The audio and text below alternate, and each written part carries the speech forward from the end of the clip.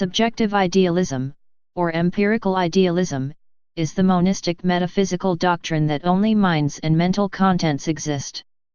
It entails and is generally identified or associated with immaterialism, the doctrine that material things do not exist. Subjective idealism rejects dualism, neutral monism, and materialism. Indeed, it is the contrary of eliminative materialism, the doctrine that only material things, and no mental things, exist. Overview.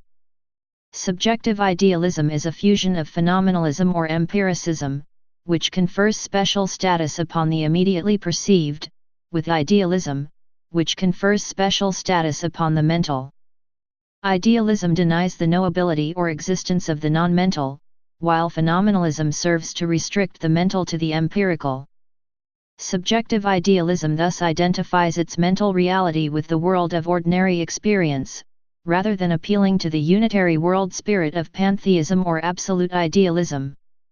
This form of idealism is subjective not because it denies that there is an objective reality, but because it asserts that this reality is completely dependent upon the minds of the subjects that perceive it.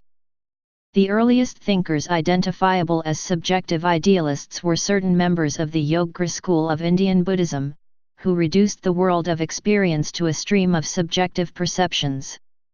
Subjective idealism made its mark in Europe in the 18th century writings of George Berkeley, who argued that the idea of mind-independent reality is incoherent, concluding that the world consists of the minds of humans and of God.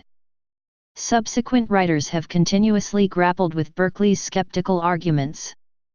Immanuel Kant responded by rejecting Berkeley's immaterialism and replacing it with transcendental idealism, which views the mind-independent world as existent but incognizable in itself. Since Kant, true immaterialism has remained a rarity, but is survived by partly overlapping movements such as phenomenalism, subjectivism, and perspectivism. History. Thinkers such as Plato, Plotinus, and Augustine of Hippo anticipated idealism's anti-materialism with their views of the inferior or derivative reality of matter. However, these Platonists did not make Berkeley's turn toward subjectivity. Indeed, Plato rationalistically condemned sense experience, whereas subjective idealism presupposed empiricism and the irreducible reality of sense data. A more subjectivist methodology could be found in the Pyrrhonists' emphasis on the world of appearance, but their skepticism precluded the drawing of any ontological conclusions from the epistemic primacy of phenomena. The first mature articulations of idealism arise in Yogacaran thinkers such as the 7th century epistemologist Dharmakirti, who identified ultimate reality with sense perception. The most famous proponent of subjective idealism in the Western world was the 18th century Irish philosopher George Berkeley, although Berkeley's term for his theory was immaterialism. From the point of view of subjective idealism, the material world does not exist, and the phenomenal world is dependent on humans. Hence the fundamental idea of this philosophical system, as represented by Berkeley or Mach, is that things are complexes of ideas or sensations, and only subjects and objects of perceptions exist. Berkeley summarized his theory with the motto seest percipi, to be is to be perceived, but went on to elaborate it with God as the source of consensus reality and other particulars. According to Berkeley, an object has real being as long as it is perceived by a mind. God, being omniscient, perceives everything perceivable, thus all real beings exist in the mind of God. However, it is also evident that each of us has free will and understanding upon self-reflection, and our senses and ideas suggest that other people also possess these qualities as well. According to Berkeley, there is no material universe. In fact, he has absolutely no idea what that could possibly mean. To theorize about a universe that is composed of insensible matter is not a sensible thing to do.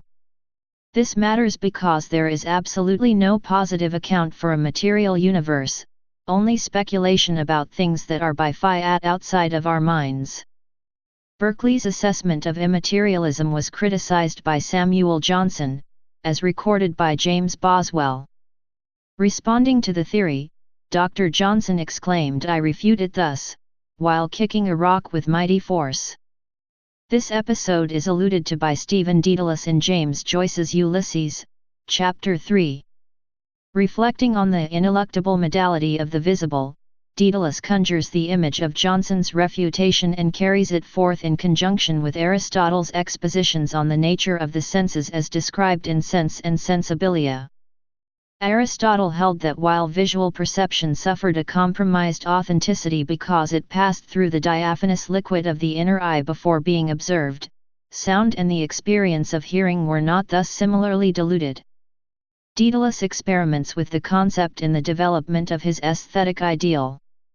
In fiction, subjective idealism is featured prominently in the Norwegian novel Sophie's World, in which Sophie's world exists in fact only in the pages of a book.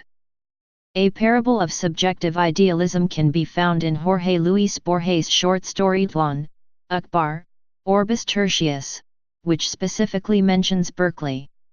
Please subscribe and thanks for watching.